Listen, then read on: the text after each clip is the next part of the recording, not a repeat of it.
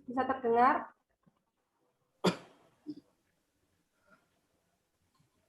Baik, Assalamualaikum warahmatullahi wabarakatuh. Selamat malam, Bapak Ibu peserta atau teman-teman yang sedang menyaksikan Zoom kelompok kami.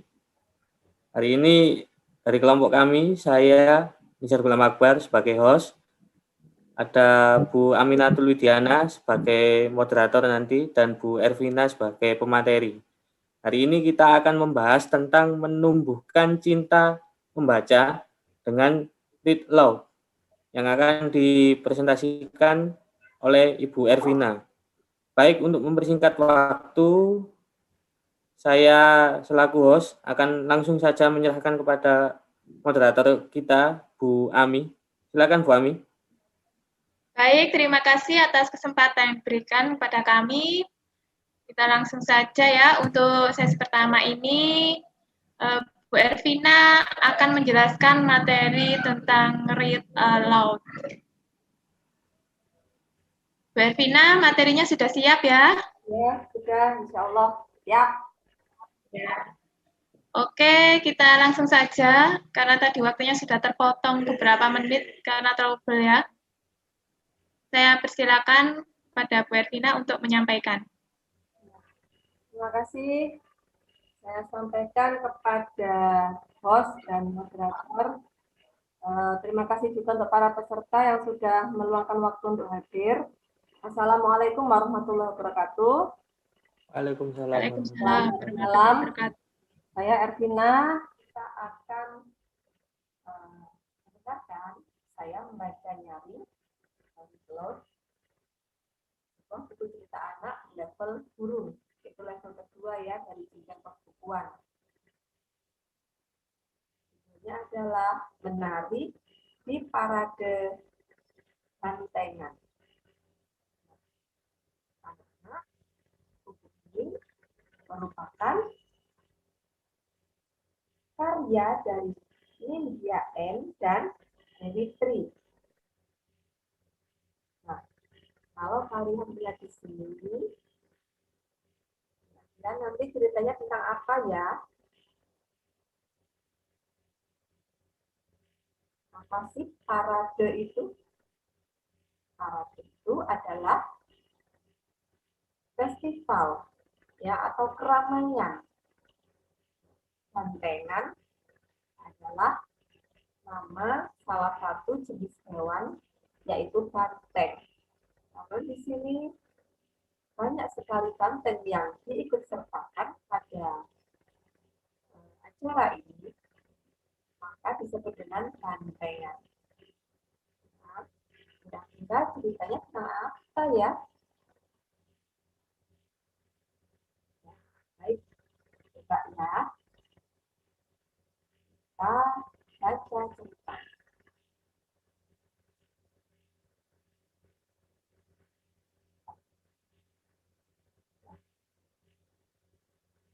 Parade bantengan sebentar lagi digelar. Hari ini pertama kali Halupa dan Betari mengikuti. Siapa ya Halupa dan Betari? Karena di sini gambarnya adalah 2 ekor banteng, maka Halupa dan Betari adalah nama dari banteng-banteng tersebut. Mereka ingin bergabung bersama banteng lainnya. Mereka semua menuju ke parade banteng. Ya, dalam bantengan ada pencak silat. Betari mengajak Halupa mengikuti gerakan silat.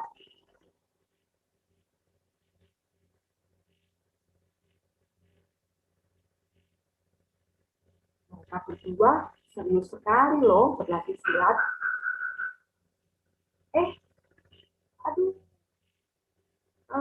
Beginilah. Kita sama-sama berlatih silat agar kompak.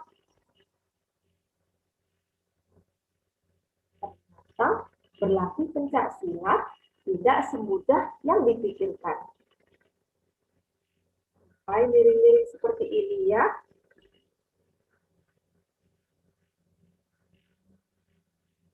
Lupa, mengingat, dan mencoba lagi. Namun, ia kembali salah. Coba lihat lupa, wajahnya terlihat bingung ya. Kamu pasti bisa.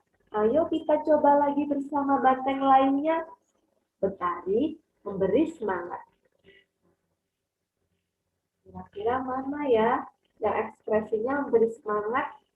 Yang besar apa yang kecil? Besar. Berarti yang besar namanya siapa? Betari atau Balupa? Betari. Nah, Balupa ini yang kecil, yang sedih ya, lihat matanya. Ini seperti ini. Karena sedih, belum bisa pencak silat. Ya, Balupa kembali mencoba. Coba lihat mana yang Balupa? Ini atau yang ini? Atau ini? Atau ini? Yang paling kecil kan ya? Nah, berarti yang belakang. Akan tetapi, sepertinya Balupa menyenggol banteng di sebelahnya. Sehingga semua jadi kacau. Betari meminta Balupa untuk memperhatikan dengan baik. Ia beranjak sementara dari kejauhan. Kasihan ya Balupa. Lihat. Kalau wajahnya seperti ini, Balupa masih sedih atau sudah senang ya? Sedih ya. Dia masih belum bisa. Malah membuat semuanya jatuh tadi ya. Terdengar alunan musik pengiring silat. Apa itu alunan? Alunan itu adalah suara ya. Suara yang mengalun. Suara yang mengalir seperti itu. Suara di sini disebutkan musik, ada musik. Balupa menghentakkan kaki. Bergerak ke kanan dan ke kiri. Balupa sepertinya sangat menikmati musiknya ya.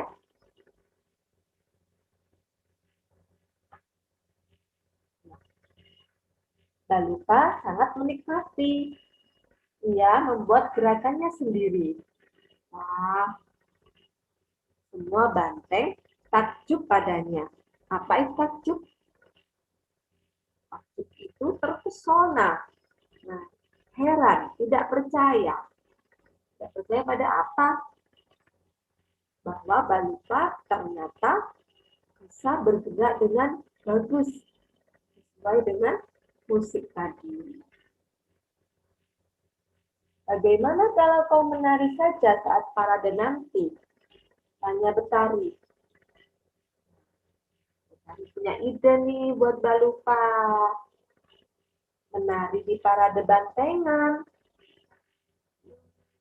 Balupa sedikit ragu. Tidak bisa tidak ya Balupa? Parade bantengan pun tiba. Betari dan banteng lainnya sudah siap dengan gerakan silat. Sementara Balupa siap dengan gerakan tarinya. Coba kalian lihat. Apa ya yang membedakan banteng lainnya silat sedangkan Balupa menari? Dari bajunya ya, berbeda. Yang silat bajunya seperti ini. Nah, sedangkan Balupa seperti ini pakai kalung, ya.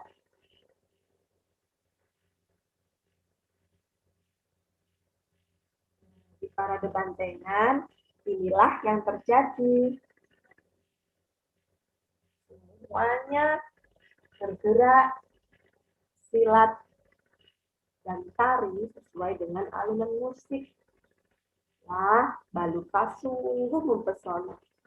Sorak semua penonton gembira. Jreng, jreng, jreng, jreng. Menari di parade bantengan luar biasa. Semua banteng menikmatinya. Ternyata anak-anak kita tidak boleh putus asa ya. Seperti Baluka. Meskipun dia sudah berusaha keras untuk belajar pencak silat, ternyata dia punya kelebihan lain yang tidak kalah bagus, yaitu menari. Nah, maka dari itu, kalian harus meniru Baluka. Jangan mudah putus asa. Carilah kelebihan kalian dan kembangkan. Langsung saya share screen saja, ya, biar tidak membuang banyak waktu.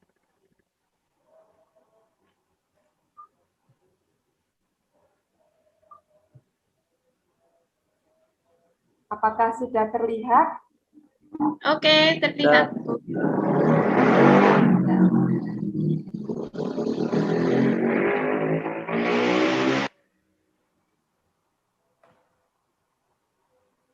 Menumbuhkan cinta membaca dengan read aloud. Nah, sebelumnya pasti kita semua sudah familiar ya mendengar istilah read aloud. Nah, ini cara membacanya ini bagaimana ya? Nanti yang benar itu bahasa Inggrisnya read aloud. Kalau saya bacanya seperti itu. Bahasa Indonesianya membaca nyaring. Nah, apa itu read aloud sebenarnya? Barangkali di sini para peserta ada yang mengetahui secara lebih lengkapnya apa itu read aloud. Silakan bisa di kolom komentar.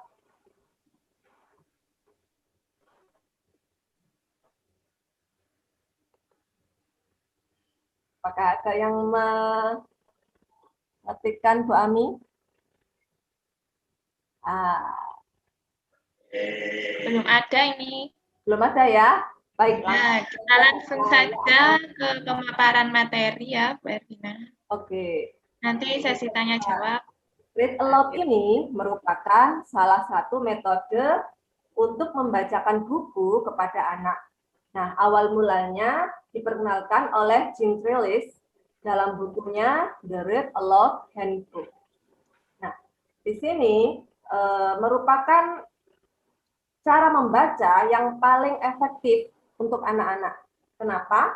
Karena dengan read aloud, kita bisa mengkondisikan otak anak untuk mengasosiasikan bahwa kegiatan membaca adalah suatu kegiatan yang menyenangkan. Nah, kemudian juga bisa menciptakan pengetahuan yang menjadi dasar bagi anak. Ketiga, membangun koleksi kata atau kosakatanya. Dan yang keempat, memberikan cara membaca yang baik. Nah, coba kita kuliti satu-satu ya. Yang pertama, bisa mengkondisikan otak anak untuk mengasosiasikan membaca. Merupakan kegiatan yang menarik. Bagaimana kok bisa membaca itu menarik? Nah, dengan cara anak awalnya akan mendengarkan dulu. Mendengarkan role modelnya membaca. Siapa role modelnya? Nah, yang pasti yang pertama adalah orang tua, adalah kita sebagai role model anak. Kemudian yang kedua, menciptakan pengetahuan yang menjadi dasar bagi si anak. Pengetahuan apa ini? Pengetahuan membaca, kemudian pengetahuan tentang apa saja yang ada di cerita tersebut isinya, kemudian pesan moral di dalamnya. Nah, kemudian yang ketiga, membangun koleksi kata atau kosakatanya. Nah, anak dari dini pasti hanya memiliki kosakata terbatas. Namun dengan membaca, kita bisa menambah sedikit demi sedikit kosakata yang mereka miliki. Pasti nanti ada satu atau dua kosakata baru yang akan mereka dengarkan. Kemudian yang keempat adalah memberikan cara membaca yang baik atau reading role model. Seperti yang sudah saya katakan tadi, bahwa kita sebagai orang tua merupakan yang utama, yang pertama sekali memberikan bagaimana sih Nak caranya membaca gitu. Bukan membaca secara keterampilan ya, tapi membaca dalam bentuk pengetahuan linguistiknya, bahasanya seperti itu. Nah, maka dari itu read aloud ini sangatlah penting untuk dilakukan pada anak. Nah, kapan sih dan di mana sih read aloud ini akan lebih efektif untuk dilakukan? Read aloud sebenarnya dapat dimulai sejak dini. Bahkan dalam kandungan pun sejak trimester ketiga, yaitu 7, 8, 9 bulan dalam kandungan, kita sudah bisa meread aloud-kan untuk anak kita. Jadi fungsi telinganya sudah mulai berfungsi. Ya, sedikit-sedikit mereka bisa mendengarkan mamanya ini membaca dengan keras. Maka dari itu sudah ada penelitian kalau membaca secara keras paling bagus baca Al-Quran ya. Nah itu bisa merangsang otak anak untuk dapat berkembang dari awal, dari janin dalam kandungan. Nah kemudian saat usia golden age atau usia emas 0 sampai 5 tahun, anak itu lebih mudah untuk menyerap. Nah, menyerap apa? Yang menyerap pengetahuan yang kita sampaikan saat membaca. Nah, tapi caranya jangan sampai membaca ini membuat anak bisa menjadi stres atau bahkan terbebani dengan membaca itu. Bagaimana caranya agar anak-anak itu nggak merasa stres, ya ditekan untuk bisa membaca? Caranya kita harus menyampaikannya cara membaca itu dengan lebih menarik. Nah, ada mimik wajah yang kita ubah sesuai dengan isi cerita, mungkin juga dari intonasi suara kita atau suara yang bisa berubah-ubah menurut tokoh-tokohnya. Nah, kemudian kalau anak sudah melihat membaca sebagai suatu hal yang menarik, maka mereka akan secara otomatis akan merasa bahwa membaca itu menyenangkan, kebutuhan yang tidak bisa ditinggalkan. Kalau tidak membaca sehari, nah mereka bisa ada yang kurang seperti itu. Itu merupakan keuntungannya bila anak suka membaca, dan bonusnya mereka dengan sendirinya akan sedikit akan mengenal huruf-huruf, rangkaian huruf-huruf tersebut. Yang awalnya mereka lihat adalah sesuatu yang abstrak, tapi lama-lama ketika melihat namanya membaca, orang tuanya membaca, mereka akan melihat, oh ternyata itu huruf M. Oh, kata itu dibaca misalnya BOLA, dibaca bola. Nah, seperti itu. Dengan sendirinya pasti akan bisa membentuk pola pikir mereka untuk suatu kata. Kemudian, kalau ditanyakan di mana sih bisa melakukan read aloud, di mana saja? Bisa di rumah, bisa di tempat umum, sambil menunggu misalnya di halte bis seperti itu. Bisa saja di mana-mana. Nah, tapi yang perlu diperhatikan adalah konsistensinya. Nah, harus dilakukan setiap hari, meskipun hanya 5 menit, 10 menit. Nah, yang paling penting adalah konsistensi, agar tujuan kita menanamkan cita membaca pada anak itu lebih efektif. Baik. Nah, sekarang manfaatnya apa sih read aloud itu? Tadi sudah sedikit saya kupas di depan, bahwa manfaatnya adalah membangun keterampilan literasi. Nah, gimana? Literasi itu bisa melalui fonemnya atau pengenalan bunyi, dari intonasi. Nah, kemampuan dia mendengar, apakah dia paham akan suatu cerita yang kita bacakan. Nah, kemudian yang terakhir bonusnya tadi, membaca dan akhirnya bisa menulis. Kemudian yang kedua, membantu anak menambah kosakata. Tadi sudah ya. Kemudian yang ketiga, kedekatan orang tua.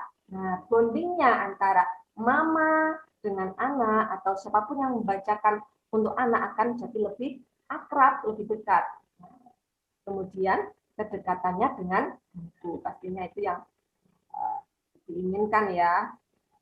Nah, sekarang bagaimana tahapan-tahapan read aloud itu? Jadi ada 4 tahapan yang harus diketahui oleh para orang tua atau orang-orang yang akan membacakan nyaring untuk anak-anaknya. Yang pertama adalah persiapan. Apa sih persiapannya? Persiapannya yang pasti adalah kita mencari topik buku dan juga jenis buku yang sesuai dengan usia anak.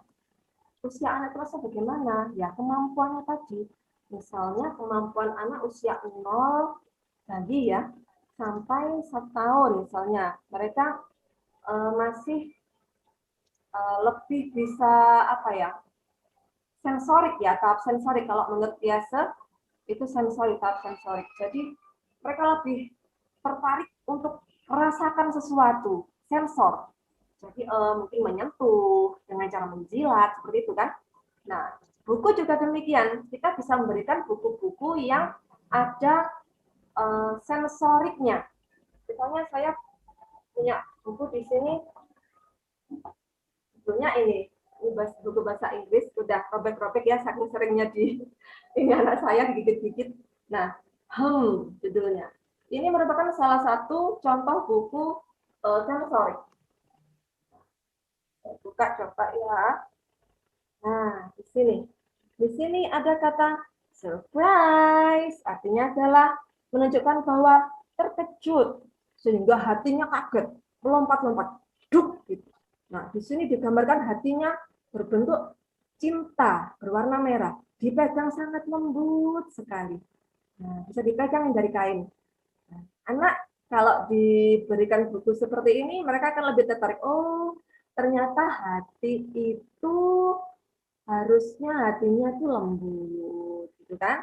Nah, kemudian saya berikan contoh lagi. Nah, misalnya, nah ini ada kata disgusted atau jijik. Jijik itu biasanya kulitnya tuh bisa kayak merinding gitu ya. Nah, di sini diberikan bahan seperti kulit jeruk. Kalau dipegang itu seperti kulit jeruk, maka mereka akan bisa mengasosiasikan bahwa kalau orang yang jijik itu kulitnya bisa merinding seperti kulit jeruk. Nah, seperti itu. Itu bayi. Dan bahan dari buku yang misalnya cocok untuk bayi, lebih baik kita memberikan buku-buku yang tebal ininya lembarannya, halamannya. Kenapa? Karena mengantisipasi kalau bayi itu masih suka menggigit-gigit benda, kemudian mengoyak-ngoyak benda, dan jangan yang terlalu tebal. Kenapa? Kalau kejatuhan dia tidak merasa sakit ya. Baik, itu merupakan contoh dari buku untuk anak bayi. Nah, sebenarnya ada jenjang buku. Kalau di perpustakaan itu ada jenjang buku. Jadi untuk anak-anak usia sekolah itu pertama adalah levelnya level kumbang.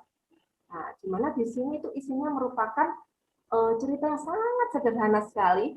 Kata-katanya kadang cuma 1 atau 2 kata saja di sini. Nah, kebanyakan diisi oleh gambar atau ilustrasi. Kemudian yang kedua level burung. Nah, level burung ini sudah ada kalimatnya, tapi sangat sederhana. Hanya 3-4 kata saja dalam satu kalimat seperti itu. Jadi satu halaman berisi 2 kalimat saja. Kemudian ke bawah lagi ada level ikan. Nah, semakin ke bawah maka kemampuan anak dalam membaca itu adalah kemampuan yang lebih tinggi. Nah, setelah level ikan ada level rusa. Setelah itu level singa, dan yang paling besar ini biasanya untuk kelas 5-6 ya, sudah bisa pakai ini level gajah. Nah, sudah mulai rumit, katakannya sudah kompleks itu subjek predikat objek keterangannya sudah lebih kompleks. Nah, tadi kita sudah membicarakan tentang persiapan read aloud. Sekarang kita masuk ke tahap kedua, yaitu sebelum. Nah, tahap ini yang perlu kita lakukan adalah memberitahukan pada anak judulnya. Jadi kita memperlihatkan covernya. Di sini kita akan membacakan tentang buku berjudul misalnya ini campur. Nah, begitu. Kemudian siapa nama pengarang dan ilustratornya. Itu juga harus kita bacakan. Nah, kemudian ajak mereka untuk menebak isi dari buku ini melalui gambar cover yang mereka lihat. Kemudian selanjutnya adalah tahap selama membaca, kita harus membacanya secara perlahan. Baca perlahan, kemudian kalau kita menemukan ada kata-kata yang sulit atau belum waktunya mereka untuk tahu kata-kata tersebut, kita bisa memberitahukan apa artinya. Kemudian jika ada ilustrasi-ilustrasi yang misalnya tidak jelas, kita juga bisa memberikan keterangan atau memberikan pertanyaan pada anak-anak untuk menguji imajinasinya seperti itu. Kemudian yang terakhir adalah setelah. Nah, di setelah read aloud ini kita memberikan refleksi pada anak-anak apakah mereka pernah mengalami hal-hal seperti yang kita ceritakan tadi. Kemudian kita juga bisa mengajak anak-anak untuk menyimpulkan apa pesan dari cerita itu. Inilah tahapan dari read aloud yang sebaiknya kita ceritakan pada anak. Sebaiknya kita berikan pada anak. Bagaimana kalau kita sulit untuk menemukan buku-buku yang sesuai dengan kemampuan anak? Baca, kita di zaman teknologi ini sudah ada perpustakaan digital. Nah, di sini saya merangkum beberapa perpustakaan digital yang bisa kita kunjungi, yaitu ada Storybooks, ada Marvel Kisah 25 Nabi, Ipusnas, ini perpustakaan nasional ya, Let's Read, Monkey Stories, dan Room to Read. Jadi, kalian semua bisa mencoba menelusuri di Google. Sekian dari saya, paparan materi kali ini, semoga bermanfaat. Terima kasih. Assalamualaikum warahmatullahi wabarakatuh. Selamat malam. Saya kembalikan kepada Ibu moderator kita, Bu Ami, silahkan. Oke, Waalaikumsalam warahmatullahi wabarakatuh. Terima kasih Bu Evina, paparannya sangat menarik. Baik untuk kita, para calon ibu, maupun untuk guru-guru ya, pada khususnya tentang materi untuk ini, semacam mendongengi anak-anak ya. Mungkin ini efektif kalau untuk dongeng sebelum tidur ya Bu Ervina.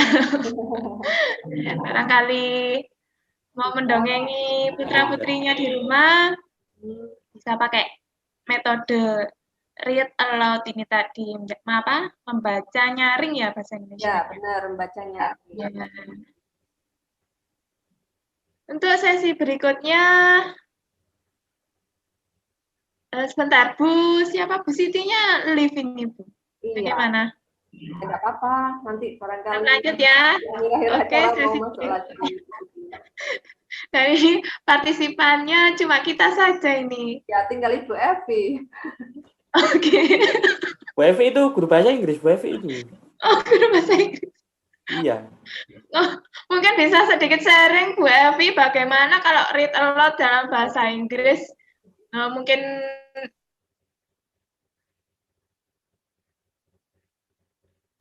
untuk pembelajaran bahasa Inggris kepada anak 1, 2, 3 sudah ada bahasa Inggrisnya kok ya. Ada. Untuk muatan lokal. Ya. Barangkali ada metode khusus untuk mempelajari bahasa Inggris digabungkan dengan read aloud ini, mungkin bisa sharing.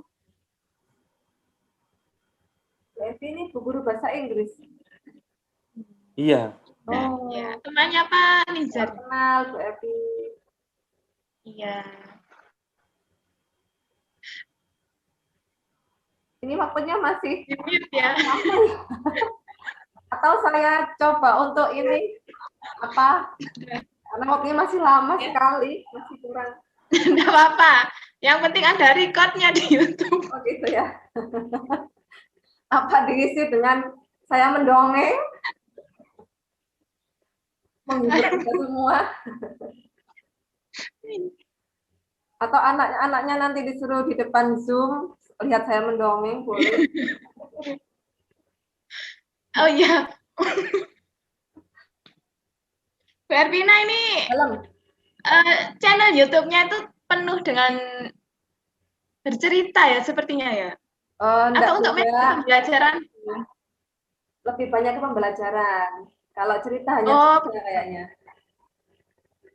barangkali ini apa YouTuber tentang membaca enggak. nyaring. Kan sekarang lagi ini tuh Bu ya. Kenapa? Teman-teman YouTube banyak yang memanfaatkan channel YouTube-nya untuk membaca nyaring dari sebuah buku. Kalau saya lihat membaca nyaringnya, dari Indonesia nggak terlalu banyak. Kayaknya yang dari luar tuh yang banyak. Orang Gitu luar, ya. kalau read aloud itu biasanya. Nggak terlalu banyak. Atau Bu Ervina tergabung tersendiri dalam komunitas pembaca nyaring? Kalau itu enggak, saya komunitasnya ikut komunitas buku. Jadi Oh gitu. isinya para mama-mama yang suka membaca buku, terus suka mencarikan buku buat anaknya. Nah, seperti itu. Saya sebenarnya cuma ini aja sih, cuma apa, ikut nimbrung aja. Pengen tahu apa yang mereka bicarakan. Soalnya mereka tuh pasti Itu ya. memberikan ilmu gitu loh. Secara tidak langsung dengan mendengar mereka tuh ada ilmunya. Ada saran nggak Bu? Buku buat anak umur 1 sampai 3 tahun gitu. Satu, Biar apa ya? Biar ada minat membaca. 1 sampai 3 tahun tuh masih atau usia balita lah. balita ya. Kalau Iya, balita itu lebih ke ini tadi Pak, sensoriknya. ke gambar ya. Sensorik dan gambar. Gambarnya besar-besar. Kadang ada buku yang hanya gambar tok itu ada. Isinya gambar saja itu ada. Jadi kita memperkenalkan ini gambar apa, ini gambar apa. Itu yang pertama. Terus yang kedua ada yang tentang gambar ini emosi. Iya. Emoticon, ya.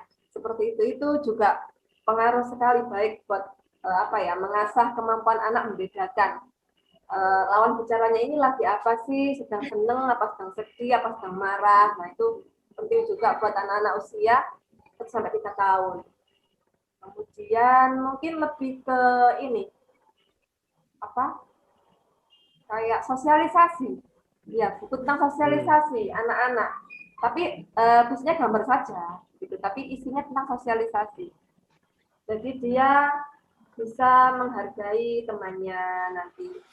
Dia juga bisa kayak mengetahui mana sih miliknya, mana milik temannya. Gitu. Dia kan masih suka berebut ya. Oh ya, Bu Ervina, saya baru ingat ya, berbicara tentang buku, Bu Ervina kan mungkin lebih mengetahui ya buku yang cocok untuk anak-anak. Nah, saya tuh pernah menjumpai buku untuk bayi, Bu Ervina. Jadi bentuknya itu seperti busa spon gitu, tapi empuk sekali. Dipegang mungkin digigit pun tuh, iya. Menurut Bu Ervina, seberapa efektifkah buku seperti itu tadi untuk digunakan merangsang anak-anak bayi? Jadi sebenarnya bahan-bahan untuk bayi yang pertama itu kalau bisa yang kuat, tahan lama. Kenapa? Karena bayi masih belum ngerti. Kadang dibuat tidur, diuyel-uyel, ya.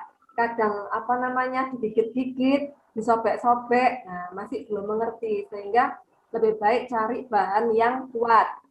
Kemudian yang kedua, cari bahan yang berwarna. Kemudian yang menarik ya. Cari buku yang kadang ada loh buku yang soundbook itu loh.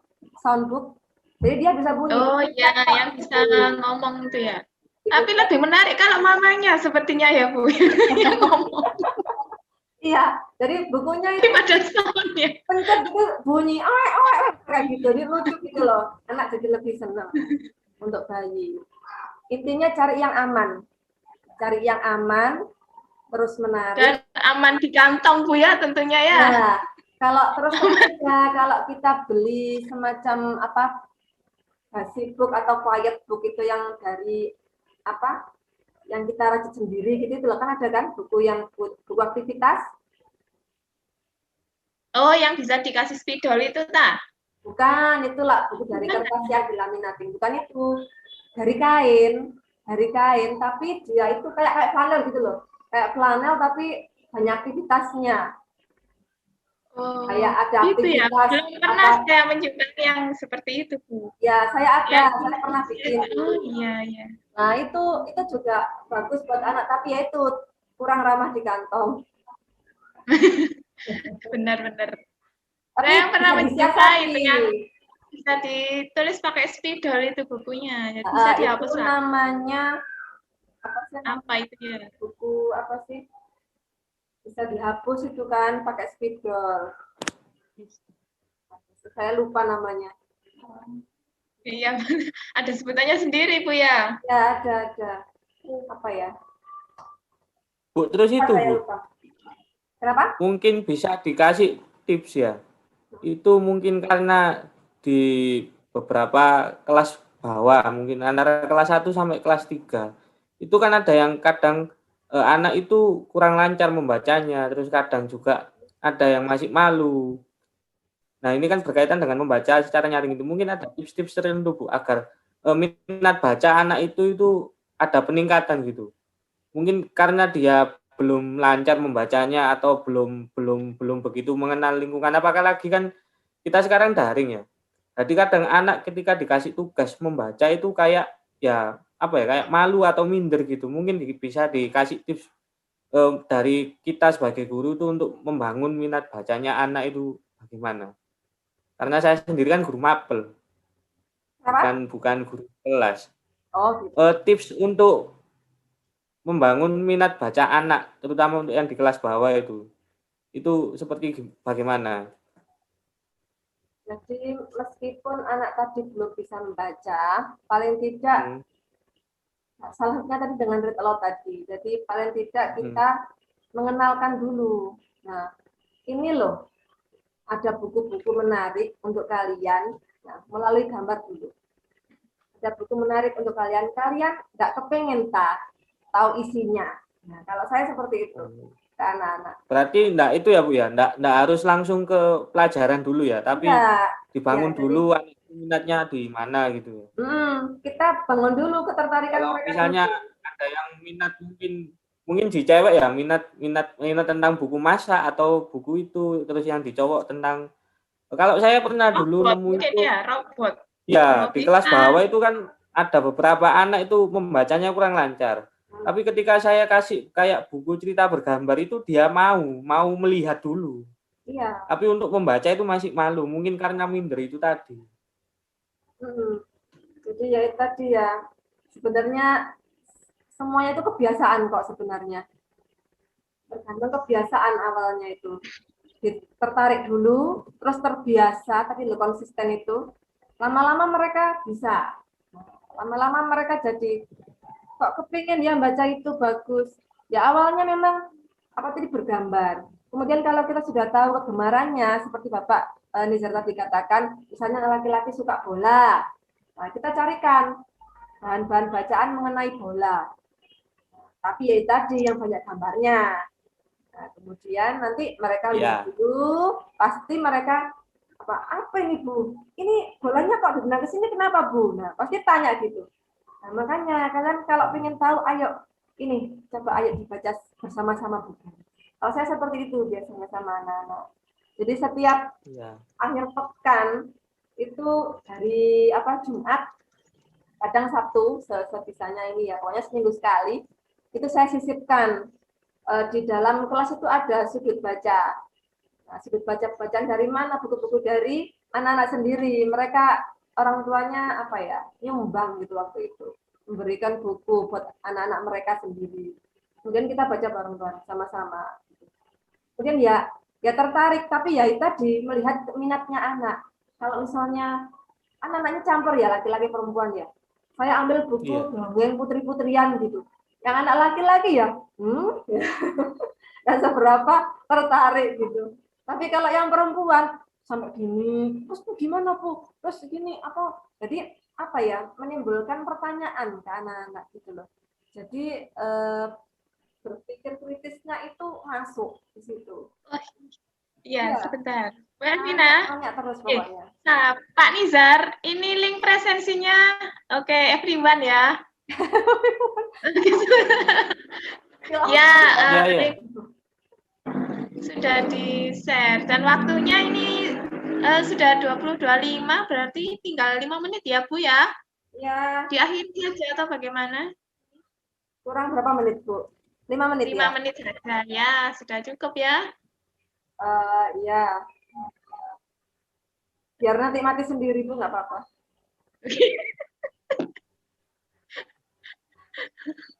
Sebenarnya saya tuh ingin tahu ini loh, ingin tahu apa komentarnya Bu Siti gitu loh, apa kekurangannya biar lebih baik lagi gitu.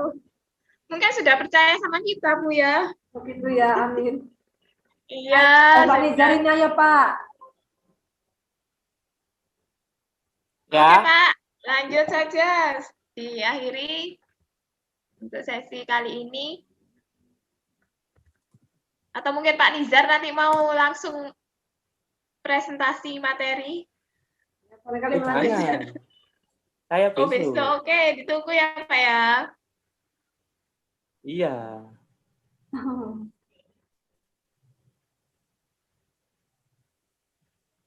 Sudah? Ditutup dah? Ya. Baik, untuk Bapak Ibu. Kepada host ya. Ya, terima kasih Bu Ami. Baik Bapak Ibu peserta Zoom malam ini. Demikian materi singkat dari kelompok kami yang telah disampaikan oleh Bu Elvina. Sekali lagi saya selaku host mewakili kelompok kami mengucapkan terima kasih yang sebesar-besarnya dan mohon maaf apabila dalam penyampaian materi kali ini ada kesalahan atau ada kata-kata yang menyinggung Bapak Ibu sekalian. Terima kasih, saya ucapkan Assalamualaikum warahmatullahi wabarakatuh dan sampai berjumpa pada kesempatan berikutnya. Waalaikumsalam.